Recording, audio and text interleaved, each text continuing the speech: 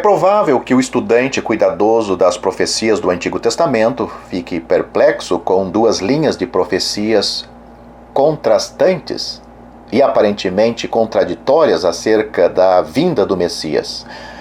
Uma delas diz que ele virá em fraqueza e humilhação, um homem de dores e experimentado nos trabalhos, como raiz de uma terra seca, não tendo beleza nem formosura para que o desejássemos. Seu parecer seria desfigurado, teria as mãos e pés traspassado, seria desamparado pelos homens e por Deus, e ia ser posto à sua sepultura com os ímpios. Veja Salmo capítulo 22, versículos 1 e 18, Isaías capítulo 7, versículo 14, todo o capítulo 53 de Isaías, Daniel capítulo 9, versículo 26, Zacarias capítulo 13, versículo 6, Marcos capítulo 14, versículo 27. A outra linha de profecia prevê um esplêndido e irresistível soberano, purificando a terra com julgamentos terríveis, reunindo os seus dispersos de Israel, restaurando o trono de Davi em maior esplendor que a glória de Salomão e introduzindo o reino de paz, profunda e perfeita justiça. Confira isso, Deuteronômio 10, capítulo 30, versículos 1 e 7, Isaías, capítulo 9, versículo 6, capítulo 40, versículo 9, Jeremias, capítulo 23, versículo 5, Daniel, capítulo 7, versículo 13, Mateus, capítulo 2, versículo 2, Lucas, capítulo 1, versículo 31 e 33. No devido tempo, o cumprimento da profecia messiânica começou com o nascimento do filho de uma virgem. De acordo com Isaías, em Belém, de acordo com Miqueias, e prosseguiu com a literalidade perfeita até a plena realização de cada previsão de humilhação do Messias, pois primeiro o pecado deve ser repudiado antes que o reino possa ser estabelecido. Mas os judeus conciliariam o seu reino com esta forma apresentada, manso e montado sobre um jumento e sobre um jumentinho, filho de jumenta. E eles o crucificaram. Veja Zacarias capítulo 9, versículo 9, Mateus capítulo 21, versículos 1 a 5, João capítulo 29, versículos 15 e 16.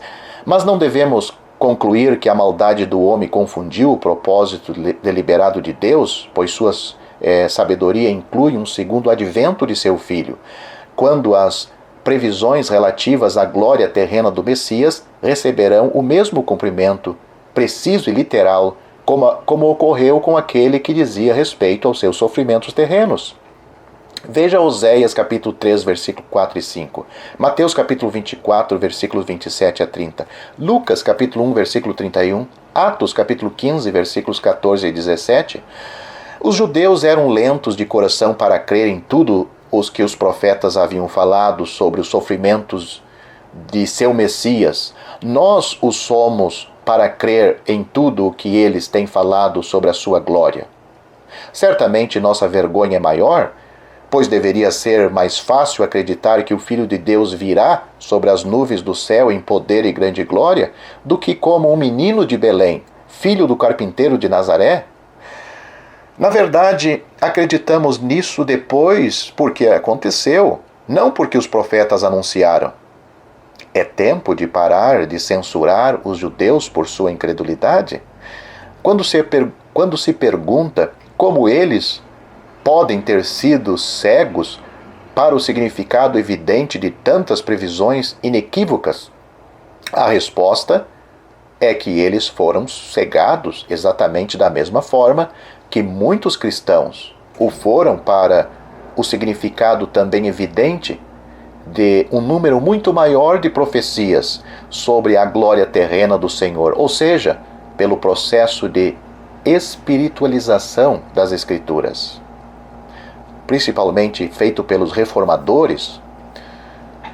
Em outras palavras, os escribas antigos disseram ao povo que as profecias dos sofrimentos do Messias não deveriam ser interpretadas literalmente, assim como alguns escribas modernos estão dizendo isto em relação às profecias sobre a glória terrena dele. O segundo advento é uma promessa para a igreja, bem como para os judeus.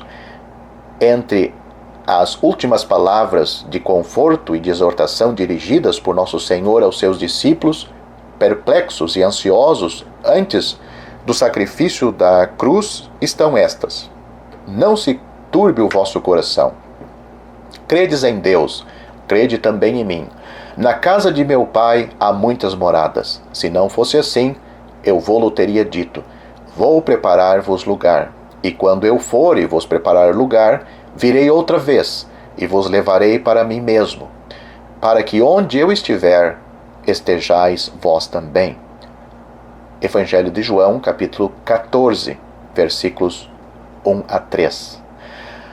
Aqui o Senhor fala de seu retorno precisamente nos mesmos termos que usa para falar sobre sua partida. Esta última, como sabemos, foi pessoal e física, ou seja, a sua partida.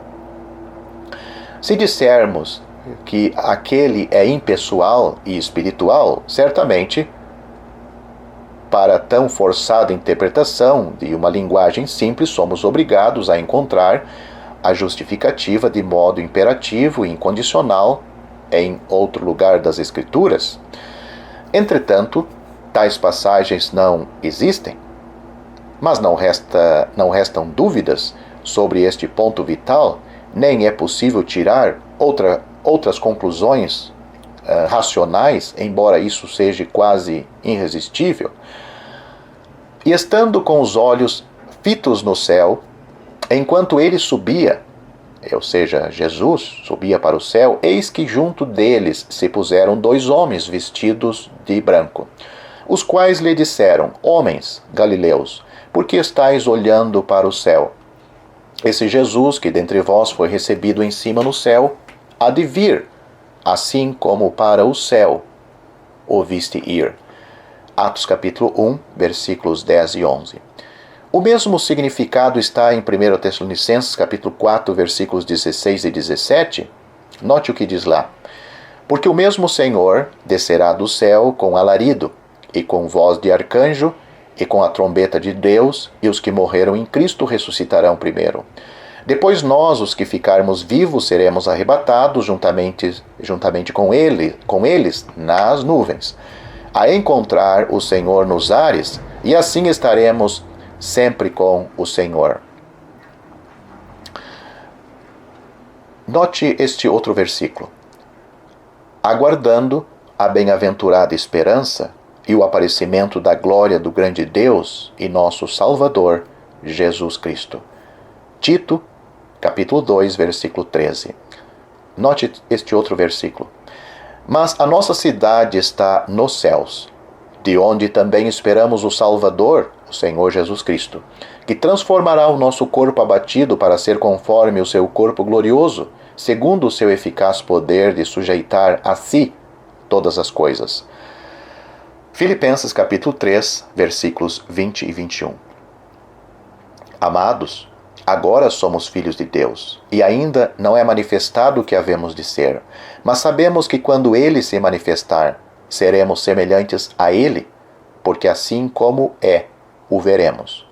1 João capítulo 3, versículo 2. E eis que cedo venho, e o meu galardão está comigo para dar a cada um segundo a sua obra. Apocalipse capítulo 22, versículo 12. Para essa bem-aventurada esperança, somos ensinados a vigiar. Confira Marcos, capítulo 13, versículo 33, versículo 35 e o 37. Mateus, capítulo 24, versículo 42 e o capítulo 25, versículo 13. Temos esperar em 1 Tessalonicenses, capítulo 1 e 10, e estar apercebidos em Mateus, capítulo 24, versículo 44. A última oração na Bíblia é pelo breve retorno de Cristo em Apocalipse, capítulo 22, versículo 20. Por todas essas escrituras fica claro que a segunda vinda será pessoal e física. Portanto, isso não significa a morte do crente, nem a destruição de Jerusalém, nem a descida do Espírito Santo no Pentecostes ou a difusão gradual do cristianismo, mas é a bendita esperança da Igreja, o momento em que os santos adormecidos serão ressuscitados e juntamente com os santos vivos, que em seguida serão transformados. Confira 1 Coríntios capítulo 15, versículos 51 e 52. Arrebatados ao encontro do Senhor, o momento em que nós, que somos os filhos de Deus, seremos como Ele, e quando os santos fiéis serão recompensados pelas obras da fé, por amor do seu nome, depois de terem sido salvos. As escrituras seguintes continuarão a demonstrar o contraste entre os dois adventos do nosso Senhor. Compare o primeiro advento com o segundo. Vamos pensar e vamos citar versículos que estão relacionados ao primeiro advento de Cristo, a sua vinda. A sua vinda aqui como homem neste mundo. E deu à luz a seu filho primogênito e envolveu-o em panos e deitou-o numa manjedoura, porque não havia lugar para eles na estalagem. Lucas capítulo 2, versículo 7. Mas agora, na consumação dos séculos, uma vez se manifestou para aniquilar o pecado pelo sacrifício de si mesmo. Hebreus capítulo 9, versículo 26. Porque o Filho do Homem veio buscar e salvar o que se havia perdido. Lucas capítulo 19, versículo 10. Porque Deus enviou seu Filho ao mundo não para que condenasse o mundo, mas para que o mundo fosse salvo por ele. João capítulo 3, versículo 17. E se alguém ouvir as minhas palavras e não crer, eu não o julgo, porque eu vim não para julgar o mundo, mas para salvar o mundo. João capítulo 12, versículo 47. Note agora os versículos que falam do segundo advento, a vinda de Cristo para o seu povo. Então aparecerá no céu o sinal do Filho do Homem, e todas as tribos da terra se lamentarão e verão o Filho do Homem vindo sobre as nuvens do céu com poder e grande glória. Mateus capítulo 24, versículo 30. Assim também Cristo, oferecendo-se uma vez para tirar os pecados de muitos, aparecerá a segunda vez sem pecado aos que o esperam para salvação. Essa salvação não é a salvação da alma, mas a salvação geral do corpo, incluindo corpo, alma e espírito, na sua vinda. O seu segundo advento, Hebreus capítulo 9, versículo 28. E a vós que sois atribulados, descanso conosco quando se manifestar o Senhor Jesus desde os céus com os anjos do seu poder, com labareda de fogo tomando vingança dos que não conhecem a Deus e dos que não obedecem ao Evangelho de nosso Senhor Jesus Cristo. Segundo Tessalonicenses capítulo 1, versículos 7 e 8. Porquanto tem determinado um dia em que com justiça há de julgar o mundo, por meio do homem que destinou, e disso deu certeza a todos, ressuscitando-o dentre os mortos. Atos capítulo 17, versículo 31. O aluno pode multiplicar quase infinitamente esses contrastes encontrados nas Escrituras. Suficiente, entretanto, tem sido levar adiante que as promessas feitas a Israel e à Igreja obrigatoriamente exigem um retorno de nosso Senhor à terra. Pode ser útil para os que iniciam o estudo da Bíblia considerar brevemente as várias teorias que são apresentadas como oposição à doutrina bíblica do retorno pessoal e físico do Senhor do segundo advento de Cristo. Naturalmente, é preciso que se compreenda com clareza que as Escrituras que falam das aparições visíveis e físicas do Senhor no final desta dispensação devem ser diferenciadas das que se referem a seus atributos divinos de onisciência e onipresença, por meio das quais ele conhece todas as coisas e está sempre presente em toda parte, de que as passagens de Mateus capítulo 18, versículo 20 e capítulo 28, versículo 20 são exemplos. É verdade que Felizmente, nesse sentido, Ele está conosco sempre até o fim dos tempos. Note este versículo: mas o homem Jesus Cristo está agora física e pessoalmente à destra de Deus, como Atos, capítulo 1, versículo 9 ao versículo 11 claramente afirma.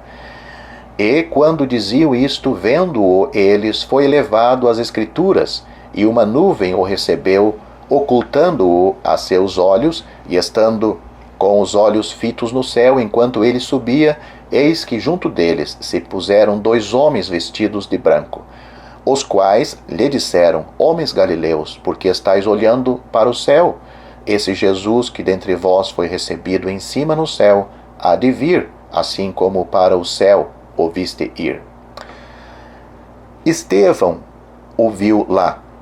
Note, mas ele, Estevão, estando cheio do Espírito Santo, fixando os olhos no céu, viu a glória de Deus, e Jesus, que estava à direita de Deus, e disse: eis que vejo os céus abertos, e o Filho do Homem, que está em pé, à mão direita de Deus.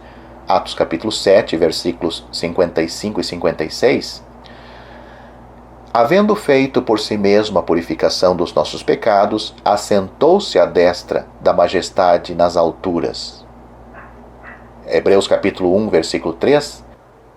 Durante a Guerra Franco-Prussiana, von Moltke, por sua genialidade e habilidade e também pela rede de linhas telegráficas, estava de fato presente em todos os campos de batalha, embora de forma visível e pessoalmente estivesse em seu escritório em Berlim.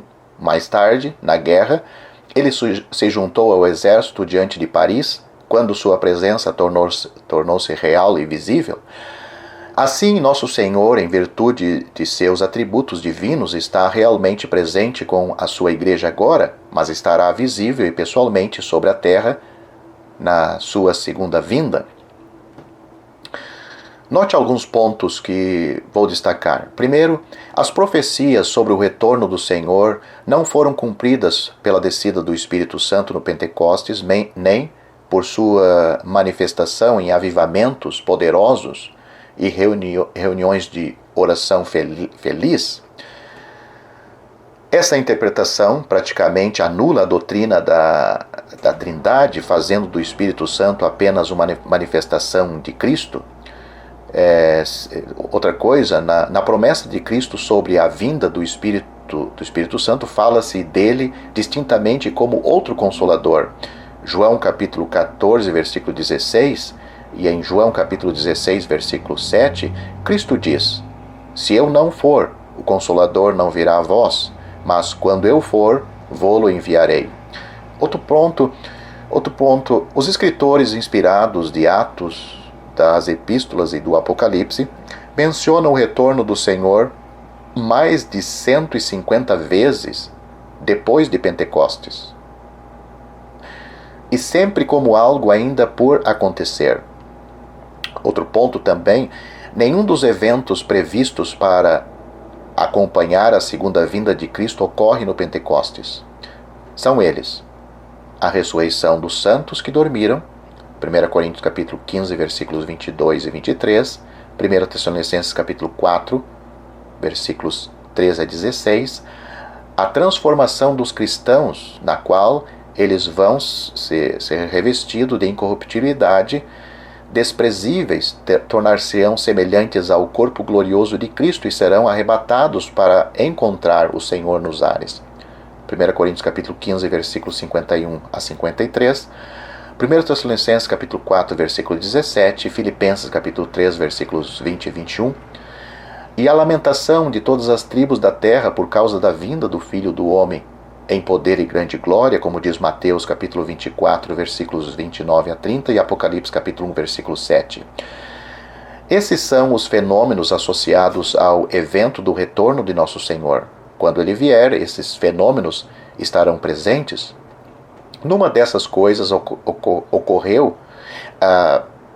nenhuma dessas coisas ocorreu no dia de Pentecostes, nem em qualquer outra manifestação do Espírito Santo. O segundo ponto é a conversão de um pecador não é a vinda do Senhor. Trata-se da teoria demasiada pueril para ser levado a sério, como uma explicação de profecias tão numerosas e conjunturais? Por exemplo, segundo as Escrituras, o que ocorreu é exatamente o contrário disso. A conversão é a ideia de um pecador, a conversão é a ida de um pecador até Cristo, não a vinda de Cristo a um pecador. Mateus capítulo 11, versículo 28, João capítulo 5, versículo 40, capítulo 7, versículo 37, capítulo 6, versículo 37. Outro ponto também, nenhum dos eventos acima enumerados, previstos para ocorrer quando o Senhor voltar, acompanha a conversão de um pecador. O terceiro ponto é: a morte de um cristão não é a vinda de Cristo. Quando o Senhor disse aos discípulos que um deles ficaria até que ele voltasse, divulgou-se que aquele discípulo não havia de morrer, conforme João capítulo 21, versículos 22 a 24. Outro ponto, os escritores inspirados sempre se referem à morte de um crente como uma partida, ou ele está dormindo. Em nenhum momento a vinda do Senhor é relacionado com a morte de cristãos. Veja Filipenses capítulo 1, versículo 23, 2 Timóteo capítulo 4, versículo 6 e 2 Coríntios capítulo 5, versículo 8. Ao morrer, Estevão viu os céus abertos e o Filho do Homem, não chegando, mas em pé à mão direita de Deus. Atos capítulo 7, versículos 55 e 56. Nenhum dos eventos previstos para ocorrer quando o Senhor voltar acompanha a morte de um cristão. Outro ponto, a destruição de Jerusalém pelos romanos não era a segunda vinda de Cristo. A destruição de Jerusalém no ano 70 da nossa era. Em Mateus capítulo 24 e Lucas capítulo 21, 3 eventos são anunciados: a destruição do templo, a vinda do Senhor e o fim do mundo, ou o fim da era. Veja Mateus capítulo 24 e versículo 3. Foi a confusão desnecessária dessas coisas perfeitamente distinta que deu origem à noção de que o cumprimento de uma era, o cumprimento de uma era, o cumprimento de todas as outras. O apóstolo João escreveu o livro do Apocalipse após a destruição de Jerusalém, mas ainda fala da vinda do Senhor como um acontecimento futuro. Apocalipse capítulo 1, versículos 4 e 7, capítulo 2, versículo 25, capítulo 3, versículo 11, capítulo 22, versículo 7, versículo 12 e versículo 20. A última promessa da Bíblia é: certamente cedo venho.